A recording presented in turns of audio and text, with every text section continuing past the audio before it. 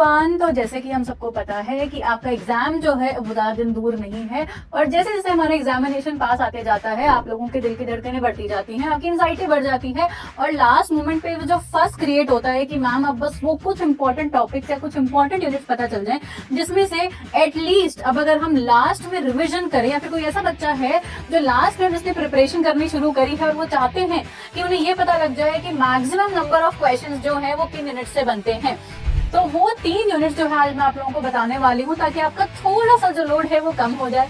तो स्टूडेंट्स, हमारे UGC NET paper two law की अगर हम बात करें तो स्टार्टिंग की 3 यूनिट्स जो हैं that being unit 1 jurisprudence, second unit हमारी constitutional and administrative law and unit 3 public international law and international humanitarian law.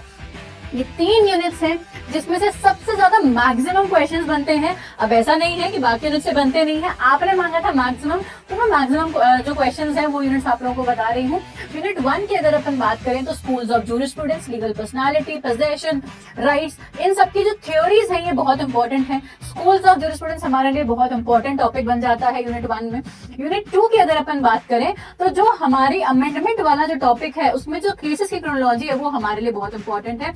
हमारे फंडामेंटल राइट्स, डीपीएसपीज और फंडामेंटल ड्यूटीज के जो केस लॉज हैं उनकी क्रोनोलॉजी भी हमारे लिए याद रखना बेहद इंपॉर्टेंट है, क्योंकि डायरेक्टली आपसे क्या करवाते हैं, मैच द फॉलोइंग या फिर क्रोनोलॉजिकल क्वेश्चंस आते हैं।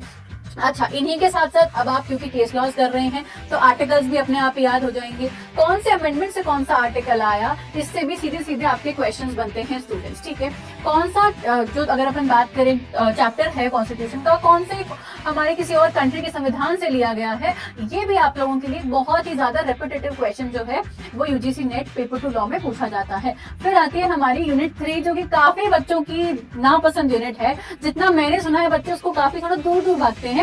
काफी इंटरेस्टिंग यूनिट है लेकिन काफी ज्यादा क्वेश्चंस बनते हैं। अगर हम बात करें यूनिट 3 से, सोर्सेज ऑफ इंटरनेशनल लॉ, कहाँ से इंटरनेशनल लॉ लिया गया, सबसे ज्यादा ये आपसे पूछा जाता है। उसके बाद सेकंड अगर अपन बात करें, recognition, extradition, asylum and nationality, इनसे भी बहुत ज्यादा क्वेश्चंस पूछते हैं। एक्स्ट्राडिशन तो अभी रिसेंट फेवरेट टॉपिक भी बन रखा है। थर्ड अगर अपन बात करें, UN charter, UN charter students मैं आप लोगों को पहले भी कह रही थी, अब भी रिपीट कर रही हूँ, पढ़ के जाना है। जितने भी 6 ऑर्गन्स हैं आपको टिप्स पे होने चाहिए, उनके आर्टिकल्स, उनका वोटिंग, सब कुछ आपको पता होना चाहिए।